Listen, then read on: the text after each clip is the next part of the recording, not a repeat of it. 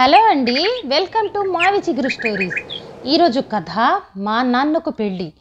ఈ కథ మీకు నచ్చితే లైక్ చేయటం మర్చిపోకండి. మీకు ఎలా అనిపించిందో కామెంట్ చేసి చెప్పండి. ఈ ఛానల్ని కొత్తగా చూసేవారు మరిన్ని మంచి కథల కోసం సబ్స్క్రైబ్ చేసి బెల్ ఐకాన్ ఆన్ చేయండి. అప్పుడు ఏ కొత్త వీడియో పెట్టినా మీ దాకా వస్తుంది. ఇక కథ మొదలు పెడదాం. టైం 10 అవుతుంది. కోర్టుకు బయలుదేరుతున్నాడు కృష్ణమోహన్. ఇంతలో ఫోన్ మోగుతుంది. అరే, ఏదో కొత్త నెంబర్లా ఉందే అంటూ ఆన్సర్ చేశాడు. అట్నుంచి చెప్తున్నాడు, సార్ నా పేరు సతీష్, సాయంత్రం మీ అపాయింట్మెంట్ కావాలి, ఎన్ని గంటలకి రమ్మంటారు? 7 గంటలకు రండి అని ఫోన్ పెట్టేసి డ్రైవర్ని కారు తీయమన్నాడు. కృష్ణమోహన్ 35 ఏళ్ళు బ్యాంకులో పనిచేసి 3 ఏళ్ల క్రితం భార్య చనిపోవటంతో వాలంటరీ రిటైర్మెంట్ తీసుకొని తనకిష్టమైన లీగల్ ప్రొఫెషనల్లోకి మారాడు. 60 ఏళ్లకి 2 ఏళ్ల దూరంలో ఉన్న హుషారుగా కుర్రవాడిలాగా తిరుగుతూ ఉంటాడు యాక్టివ్గా. 10 ఏళ్ల క్రితం బ్యాంకులో పనిచేసేటప్పుడు చదివిన లా అంటే అతనికి ఎంతో ఇష్టం. అందుకే బ్యాంకులో డిప్యూటీ మేనేజర్ హోదాలో ఉన్న భార్య ఆకస్మికంగా చనిపోవటంతో బ్యాంకు బై చెప్పేసి న్యాయవాద వృత్తి చేపట్టాడు. తన 2 కూతుళ్లను అమెరికాలో ఎంఎస్ చేసి అక్కడే పనిచేస్తున్నారు. సాఫ్ట్వేర్ ఇంజనీర్లుగా. భార్య ఉండగానే 2కి పెళ్లిళ్ళు చేశాడు. వారి భర్తలు కూడా అమెరికాలోనే పనిచేస్తున్నారు. హైదరాబాద్లో కృష్ణమోహన్ తన సొంత ఇంట్లో పైన నివాసం ఉంటూ క్రింద తన ఆఫీస్ పెట్టుకున్నాడు. 2 ఏళ్లలోనే న్యాయవాదిగా మంచి పేరు సంపాదించాడు. తనకున్న అనుభవంతో, సాంకేతిక నిపుణతో చక్కచక్క అన్ని రకాల కేసులు చేస్తూ ముందుకు సాగుతున్నాడు. అందుకోసం ఆ వయసులో కూడా రాత్రిళ్ళు బాగానే చదువుతూ, ఆకళింపు చేసుకుంటూ, కష్టపడుతూ అనుభవాన్ని సంపాదిస్తున్నాడు. ఓ 4 జూనియర్స్ కూడా తన దగ్గర పనిచేస్తున్నారు. వారికి కూడా చేతి నిండా పని, వారికి చక్కటి పేమెంట్ ఇస్తూ జాగ్రత్తగా చూసుకుంటూ ఉంటాడు కృష్ణమోహన్. అందుకే అతని వద్ద జూనియర్స్గా చేరేందుకు చాలామంది క్యూ కడుతూ ఉంటారు. ఇక వంటకి, ఇల్లు చూసుకునేందుకు ఓ భార్యాభర్తల జంట అతని దగ్గరే ఉంటారు. పెద్ద ఇల్లు కావటంతో ఆఫీస్ వెనుక భాగంలో వాళ్ళు నివాసం ఉంటున్నారు. అలా అన్ని ఏర్పాట్లు చేసుకుని ఏ ఆటంకము లేకుండా తన వృత్తిలో ముందుకు దూసుకెళ్ళిపోతున్నాడు. రోజు కూతుళ్లతో రాత్రి వీడియో కాన్ఫరెన్స్ మాట్లాడి నిద్రకు ఉపక్రమిస్తాడు. ఫోన్ చేసినప్పుడల్లా కూతుళ్ళు సతాయిస్తారు. డాడీ, ఎందుకు డాడీ అక్కడ అలా ఒంటరిగా? ఇక్కడికి రండి డాడీ, మాతో ఉండొచ్చు కదా అని. అదృష్టం కొద్దీ చాలా మంచి అల్లుళ్ళు దొరికారు కృష్ణమోహన్కి. మామగారిని నెత్తిన పెట్టుకుంటారు. మామ అంటే వారికి ఎంతో ప్రేమ, అనురాగం, గౌరవం. కూతుళ్ల కంటే కృష్ణమోహన్కి అల్లుళ్ళ ఒత్తిడి ఎక్కువయ్యింది. అమెరికా రమ్మని. ఒంట్లో శక్తి ఉన్నంతకాలం ఈ వృత్తిలోనే ఉంటాను అని వారికి అభ్యర్థనని మర్యాదపూర్వకంగా త్రోసిపుచ్చుకున్నాడు ఎప్పటికప్పుడు. ఇక ఆరోగ్య విషయంలో చాలా జాగ్రత్తగా ఉంటాడు కాబట్టి కూతుళ్లను కొంత నిశ్చింత. అప్పటికీ వాళ్ళ తండ్రికి తెలియకుండా ఇంట్లో ఉండే ఆవిడికి ఫోన్లు చేస్తూ ఉంటారు. డాడీ ఎలా ఉన్నారు అని. ఆమె ద్వారా తండ్రి గురించి, ఆయన ఆరోగ్యం గురించి వాకబు చేస్తూ ఉంటారు రహస్యంగా. కూతుళ్లను చిన్నప్పటి నుంచి ఎంతో ప్రేమగా పెంచాడు కృష్ణమోహన్. అతని కనుసన్నల్లో వాళ్ళు కూడా మంచి వ్యక్తిత్వం సంపాదించుకొని చక్కగా చదువుకొని మెట్టినింట్లో మెప్పు పొందారు. సివిల్, క్రిమినల్, సర్వీస్ మెటర్స్, ఇలా అన్ని కేసులు చూడటంలో అన్ని రకాల కేసులు అతని దగ్గరకు వస్తూ ఉంటాయి. రోజంతా బాగా బిజీగా ఉంటాడు. అనుకున్నది అనుకున్నట్లుగా రాత్రి 7 గంటలకు సతీష్ వచ్చాడు. కొత్త క్లయింట్ను ముందుగా కృష్ణమోహన్ రిసీవ్ చేసుకొని వివరాలు తెలుసుకుంటాడు. ఆ తర్వాత జూనియర్స్కి అప్పచెప్తాడు, ఏమేమి చేయాలో చెప్తూ. సతీష్ అతని తమ్ముడు రాఘవ్ని కూడా పరిచయం చేశాడు కృష్ణమోహన్కి. ఎందుకు వచ్చారు? వివరాలు అడిగాడు కృష్ణమోహన్. సతీష్ చెప్పాడు, 2 ఏళ్ల క్రితం వారి తండ్రి చనిపోయాడు.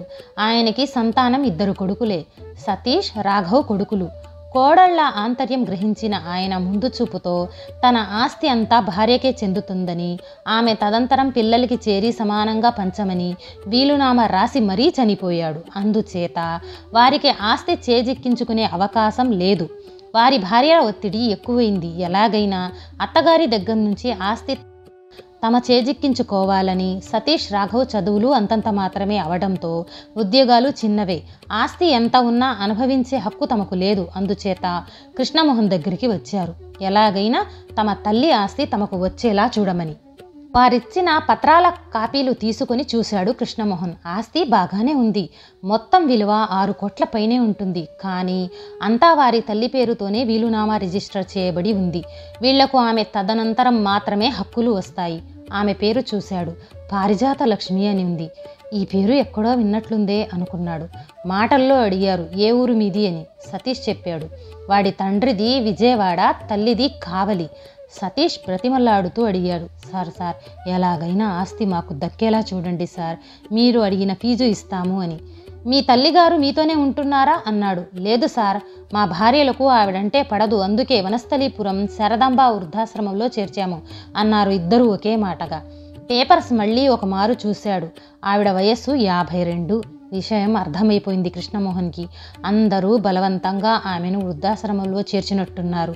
మరి ఇప్పుడు మీరు సొంత ఇంట్లోనే ఉంటున్నారుగా, ఇంకేమిటి సమస్య అన్నాడు. ఎలాగైనా ఆస్తి తమ పేరున వస్తే స్వతంత్రంగా ఉంటుంది కదా.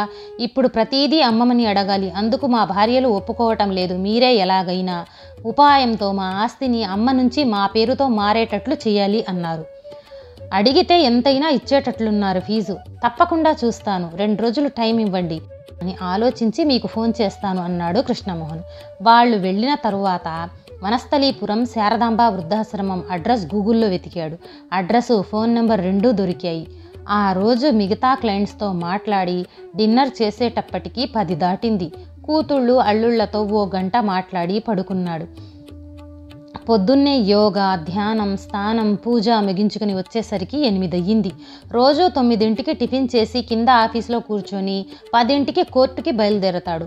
వంట మనిషి అడిగితే టిఫిన్ రెడీ అయ్యిందని చెప్పింది. 8ంటికి టిఫిన్ చేసి డ్రైవర్ని కారు తీయమన్నాడు. ప్రొద్దున 8 గంటలకే 2 జూనియర్స్ వస్తారు. వాళ్ళకి డైరెక్ట్గా కోర్టుకి వస్తానని చెప్పి కారులో బయలుదేరాడు. అడ్రస్ వివరంగా డ్రైవర్కి చెప్పి వనస్థలీపురం శారదాంబ వృద్ధాశ్రమంకి వెళ్ళమని చెప్పాడు. బాగా లోపలగా ఉంది ఆశ్రమం. కనుక్కోవటం కొంచెం కష్టమయ్యింది. అది చిన్నదిగా, ఎక్కువ ప్రాముఖ్యత లేకపోవటంతో ఎవరికీ అంతగా తెలియదది. ఎలాగో అలా కనుక్కొని చిన్న సందు కావటంతో వీధి చివరి వరకే కారు ఆపి తను కూడా నడుచుకుంటూ అక్కడికి చేరాడు.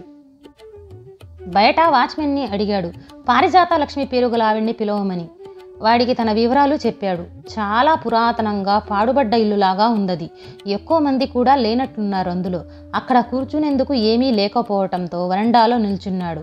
ఇంతలో వాచ్మెన్ వెనకాలే వచ్చింది ఆమె. దగ్గరకొస్తూనే పూల్చుకోగలిగాడు ఆమెని. వస్తూనే నమస్కారం అంది తను. గుర్తుపట్టారా అని అడిగాడు కృష్ణమోహన్. ఆవిడ తలెత్తి తెరిపారా చూసింది. ఓ మీరా అంది ఆశ్చర్యంగా. ఆమె గుర్తుపట్టినందుకు సంతోషపడ్డాడు. లోపలికి రండి, కూర్చొని మాట్లాడుకుందామంది. చిన్న హాల్లో ఒక టేబుల్లో 2 కుర్చీలు వేసి ఉన్నాయి. అతిథులు వస్తే కూర్చునేందుకు 2 కూర్చున్నారు. ఆమెను చూస్తూనే గతంలోకి జారాడు కృష్ణమోహన్. కృష్ణమోహన్ వాళ్ళ పూర్వీకులది కావలి. అక్కడే తన బాల్యం నుంచి కాలేజీ వరకు చదువు కొనసాగింది. ఆ రోజు తను స్కూల్ నుంచి రాగానే తమ పక్క పోర్షన్లో ఎవరో అద్దెకు దిగిన వాళ్ళ సామాన్లు దించుతున్నారు. పాతకాలం రోజులవి. కాన్వెంట్ స్కూళ్ళు పెద్దగా లేని రోజులవి. అందరూ గవర్నమెంట్ స్కూళ్ళల్లో చదవాల్సిందే. కృష్ణమోహన్ అప్పుడు 7వ క్లాస్ చదువుతున్నాడు. కావలి జిల్లా పరిషత్ హై స్కూల్లో. తండ్రి కోర్టులో గుమాస్తాగా పనిచేసేవాడు. కృష్ణమోహన్కి అన్న, చెల్లెళ్ళు, పెద్ద ఇల్లు కావటంతో ఓనర్ 2 పోర్షన్లుగా చేశాడు. ఒక పోర్షన్లో కృష్ణమోహన్ వాళ్ళు ఉండేవాళ్ళు. పక్క పోర్షన్లో 2 ఏళ్ల నుంచి ఖాళీగా ఉందది. ఆ రోజే పారిజాత లక్ష్మి కుటుంబం అద్దెకు దిగింది. పారిజాతంకు 2 అక్కలు. తండ్రి ఎలక్ట్రిసిటీ ఆఫీస్లో గుమాస్తాగా ఉన్నాడు. అదే ఊర్లో వేరే ఇంటి నుంచి ఇక్కడకు మారారు. కృష్ణమోహన్ చెల్లెలు శకుంతల 2వ క్లాసు. పారిజాతం కూడా 2వ క్లాస్లోనే చేరింది. శకుంతలకి పారిజాతానికి బాగా స్నేహం కుదిరింది. వాళ్ళిద్దరికీ ఏ సహాయం కావాలన్నా కృష్ణమోహన్ చేయాల్సిందే. అది కృష్ణమోహన్ తల్లి గారి ఆర్డర్.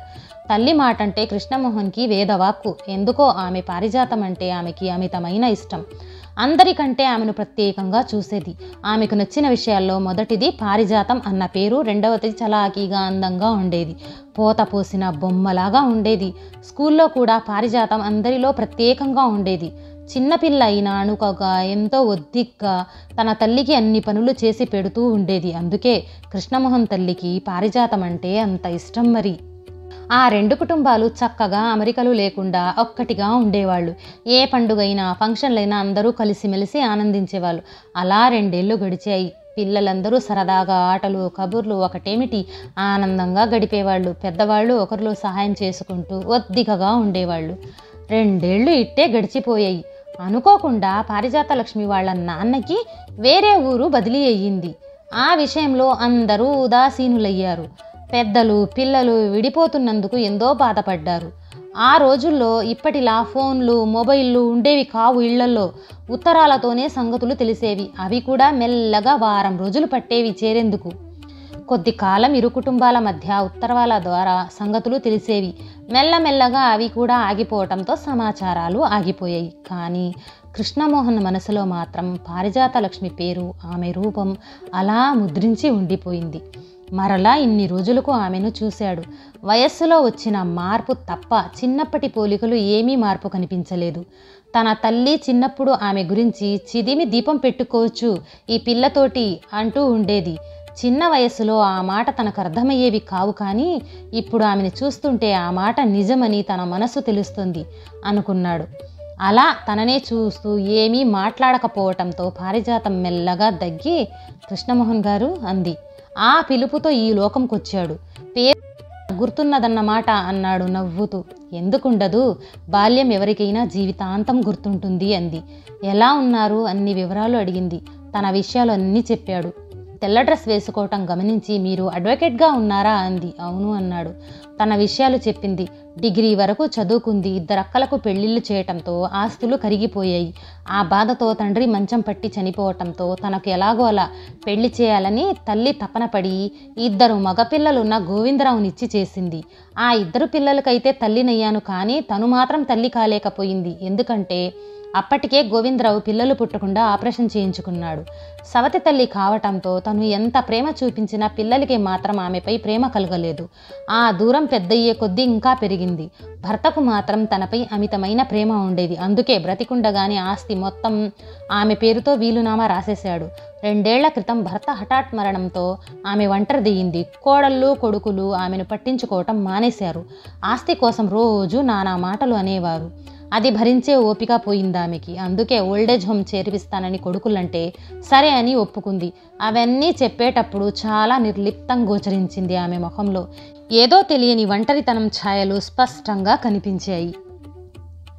ఆమె కొడుకులు వచ్చి ఆస్తి విషయం గురించి మాట్లాడిన విషయమంతా చెప్పాడు కృష్ణమోహన్. ఏం చేయమంటావు అని అడిగాడు. ఇచ్చేయండి, నాకు ఆ ఆస్తితో పని లేదు. ఇలా ఎక్కడో ఒక చోట తలదాచుకుంటాను అంది స్థిరంగా. ఆమె నిర్ణయానికి ఒక్క క్షణం నివ్వెరపోయాడు కృష్ణమోహన్. అంతా వాళ్లకు ఇచ్చేస్తే మరి రేపు వాళ్ళు నీకు ఏ సహాయం చేయకపోతే నీ శేష జీవితం ఎలా గడుస్తుంది అని అడిగాడు తెరువుకొని. ఏదో ఒక పని చేసుకొని బతుకుతాను. నా ఒక్క పొట్ట పోషించుకోవటం కోసం అంత కష్టమేమీ కాదు. మీకు తెలిసిన వాళ్ళు ఎవరైనా ఉంటే చెప్పండి, ఇంట్లో వంట నుంచి అన్ని పనులు చేసి పెడతాను అంది. అదేనా నీ నిర్ణయం అన్నాడు. ఆస్తిలో చిల్లి గవ్వ కూడా నీకు వద్దంటావా అని గుచ్చి గుచ్చి అడిగాడు ఒక అడ్వకేట్గా. అవును, నాకు వద్దు, వాళ్ళనే అనుభవించనివ్వండి అంది. ఈ కాలంలో ఏం లేకుండా ఈ వయసులో ఒంటరిగా ఎలా బ్రతకగలవు, కొంచెం ఆలోచించు అన్నాడు. పర్వాలేదు, బ్రతకలేని రోజంటూ వస్తే నేనే ఎదురెళ్ళి మృత్యుని ఆహ్వానిస్తాను అంది. కాసేపు మౌనంగా ఆలోచనలో ఉండిపోయాడు కృష్ణమోహన్. మీరు అంతగా ఆలోచించకండి నా గురించి, కొన్ని బ్రతుకులంతే, అలాగే రాలిపోవాల్సిందే అంది తెచ్చుకున్న నవ్వుతో. మా ఇంట్లో నువ్వు అడిగిన పోస్టు ఉంది, వచ్చి చేస్తావా అని ఒక నిర్ణయానికి వచ్చినట్లు అడిగాడు ఆమెని. ఓ, నేను చేస్తాను, నాకు ఇప్పించండి అంది. ఎక్కడ ఆ పోస్టు పోతుందో అన్న బెంగతో. మరి ఎప్పుడు చేరుతావు అన్నాడు. మీరు ఎప్పుడంటే అప్పుడే. ఇప్పుడు నాతో వచ్చేయగలవా అని అడిగాడు. ఓ, తప్పకుండా అంది. మరి నీ పిల్లల పర్మిషన్ అక్కర్లేదా అన్నాడు. వాళ్ళు ఇక్కడ నన్ను చేర్పించినప్పుడే చెప్పారు వాళ్ళని ఎప్పుడూ విసిగించవద్దని. ఏదన్నా అవసరం ఉంటే ఆశ్రమం ఇన్ఛార్జ్ వాళ్లతో మాట్లాడతాడు నా తరపున అని చెప్పారు. వాళ్ళకి నన్ను చూడటం, నాతో మాట్లాడటం కూడా ఇష్టం లేదు అంది బాధగా. సరే, నీ బట్టలు అవి తెచ్చుకో, నాతో వెళ్దాం మా ఇంటికి అన్నాడు. ఈలోపు ఆశ్రమ ఇన్ఛార్జ్ వచ్చాడు. అతనితో చెప్పింది పారిజాతం తాలు ఖాళీ చేస్తున్నాను అని. అతను నివ్వెరపోయాడు. మీ వాళ్ళు 3 నెలల డబ్బులు కట్టాలి, మీరు ఉన్నందుకు అడుగుతుంటే ఇంకా కట్టకుండా జాప్యం చేస్తున్నారు ఇవాళ రేపు అని కోప్పడ్డాడు. మాట్లాడుతూనే సతీష్కి ఫోన్ చేశాడు. మీ మదర్ వెళ్తానంటున్నారు, బాకీ డబ్బులు కట్టండి అర్జెంటుగా అని. ఇంతలో సతీష్ పారిజాతంకి ఫోన్ చేశాడు. ఎక్కడికి వెళ్తున్నావు అని. కృష్ణమోహన్ సైగ చేశాడు తన పేరు చెప్పొద్దని. తెలిసిన వాళ్ళింట్లో వంట మనిషిగా కుదిరింది అని చెప్పి పేరు చెప్పకుండా వెళ్ళిన తర్వాత ఫోన్ చేస్తానని చెప్పింది. సరే అని సతీష్ ఫోన్ పెట్టేశాడు. కృష్ణమోహన్ అడిగాడు ఇన్ఛార్జిని ఎంత డబ్బు బాకీ ఉంది అని. 10,000 అని అన్నాడతను. జేబులోంచి డబ్బులు తీసి అతని చేతిలో పెట్టాడు. అయ్యో మీరెందుకు ఇవ్వటం అంది పారిజాతం నొచ్చుకుంటూ. పర్వాలేదులే, నీ జీతంలో కట్ చేస్తానులే నెలలా అని చెప్పాడు. రూమ్లోకి వెళ్ళి తన సూట్ కేసుతో వచ్చింది. ఈలోపు డ్రైవర్ వచ్చాడు. ఆమె చేతిలో నుంచి సూట్ కేసు తీసుకున్నాడు. పారిజాతంని తీసుకుని తన ఇంటికి వెళ్ళాడు కృష్ణమోహన్. అప్పటికే టైం 11 దాటింది. ఫోన్ చేసి జూనియర్స్కి చెప్పాడు ఇవాళ కోర్టుకి రావటం లేదని, వాళ్ళని మేనేజ్ చేయమని చెప్పాడు. అంత ఇంపార్టెంట్ కేసులు కూడా లేవులే అని సమాధానపడ్డాడు. సామాన్యంగా కోర్టుకి వెళ్ళటం మానడు కృష్ణమోహన్. ఇంటికి వెళ్ళగానే వంట మనిషిని పిలిచి పారిజాతంని గెస్ట్ రూమ్లో ఉండేటట్లుగా ఏర్పాటు చేయమని చెప్పాడు. తను కింద ఆఫీస్కి వచ్చి కూర్చున్నాడు. వంట మనిషి ఆమె భర్తని పిలిచి పారిజాతం తన గెస్ట్ అని జాగ్రత్తగా చూసుకోమని చెప్పాడు. సరే అన్నారు వాళ్ళు. మధ్యాహ్నం లంచ్ టైంకి పైకి వెళ్ళారు. అప్పటికే పారిజాతం అటూ ఇటూ తిరుగుతుంది హాల్లో. కృష్ణమోహన్ వెళ్ళగానే అడిగింది తనకింకా పనేమీ చెప్పలేదని. రేపటి నుంచి చెప్తానని చెప్పాడు. ఇద్దరూ కలిసి భోజనం చేశారు. బాల్యం నెమరవేసుకున్నారు. ఎన్నో కబూర్లు జ్ఞాపకాలు చేసుకున్నారు. రెస్ట్ తీసుకోమని చెప్పి తను తన గదిలోకి వెళ్ళి పడుకున్నాడు. సాయంత్రం అయ్యింది. హాల్లో టీవీ చూస్తూ కూర్చుంది పారిజాతం. సాయంత్రం అయితే కృష్ణమోహన్ చాలా బిజీ అవుతాడు. క్లయింట్స్తో మాట్లాడటం పూర్తయ్యేసరికి రోజు రాత్రి 9 అవుతుంది. తర్వాత జూనియర్స్తో కాసేపు రేపటి కేసుల గురించి డిస్కస్ చేస్తాడు. ఆ రోజు టైం 8 కాగానే ఇవాళ నేను ఎర్లీగా వెళ్తున్నాను అని జూనియర్స్కి చెప్పి పైకొచ్చేశాడు. హాల్లో టీవీ చూస్తున్న పారిజాతం లేచి నుంచుంది. కృష్ణమోహన్ని చూడగానే కూర్చోమని చెప్పి తను కూడా పక్కనే ఉన్న సోఫాలో కూర్చున్నాడు. వంట ఆవిడ ఇద్దరికీ కాఫీ తెచ్చి ఇచ్చింది. నిన్నొకటి సూటిగా అడుగుతాను, ఏమీ అనుకోవు కదా అన్నాడు పారిజాతం వైపు చూస్తూ. నా పోస్ట్ పదిలమే కదా, నన్ను తీసేయవు కదా అంది. ఎందుకంటే వంట ఆవిడ ఆమె భర్త ఉన్నప్పుడు ఇక తన అవసరం ఆ ఇంట్లో లేనట్టే అని ఆమె ఒక అభిప్రాయానికి వచ్చేసింది. అప్పటికే ఆమె ముఖంలో కంగారు చూసి తను అడగబోయే విషయానికి ఆమె ఎలా స్పందిస్తుందో అని భయపడ్డాడు. అంత వయసులోనూ నీకిష్టమైతే నేను నిన్ను పెళ్లి చేసుకుంటాను అన్నాడు. తను ఎలా తీసుకుంటుందో అన్న మీమాంసలో ఆమె ముఖం వైపే చూస్తున్నాడు. తొందర ఏమీ లేదు, ఆలోచించి నీ నిర్ణయం 1 వారం తర్వాత చెప్పు అన్నాడు. ఆమె ముఖంలో ఏ భావము లేదు, కొత్త నిర్లిప్త కనిపించింది. నీ మనసులో మాటలు నిర్భయంగా మాట్లాడొచ్చు అన్నాడు. మనమేమీ చిన్నపిల్లలం కాదు. శేష జీవితంలో ఒకరికొకరు తోడు కోసం నా మనసులో ఉన్న అభిప్రాయం చెప్పాను. నీవు నీ మనసులో మాట ఇబ్బంది లేకుండా చెప్పొచ్చు అన్నాడు. కొంచెం సేపు ఆలోచించిన పిమ్మట తను అంది, నా వైపు ఆలోచించి నా బాగోగులు చూసేవారు ఎవరూ లేరు. మీ అమ్మాయిల అభిప్రాయం కూడా అడగండి, వారికి సమ్మతమైతే మీరు ఇలా చెప్తే అలాగే అంది. సరే ముందు డిన్నర్ చేద్దాం పదా అన్నాడు.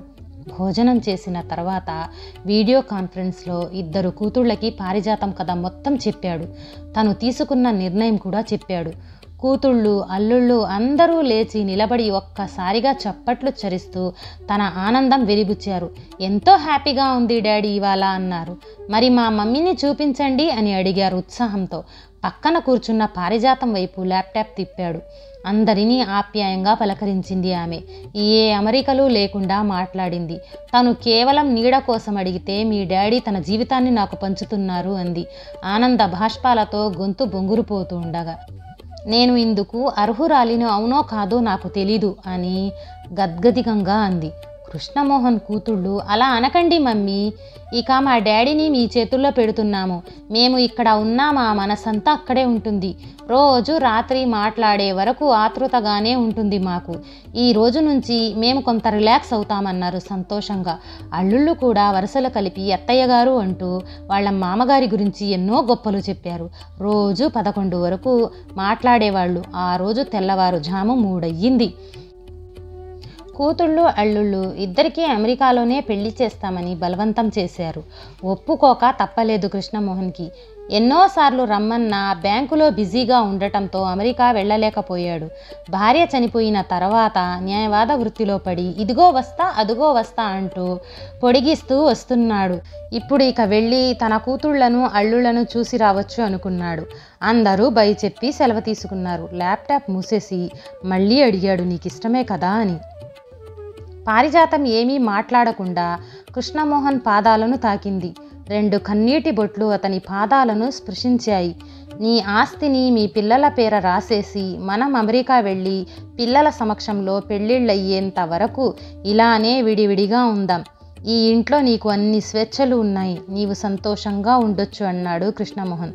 సరే అంది పారిజాతం. ఇద్దరూ ఎవరి రూముల్లోకి వాళ్ళు వెళ్ళిపోయారు. ఈ కథ నచ్చితే లైక్, షేర్ చేసి తప్పకుండా సబ్స్క్రైబ్ చేయండి.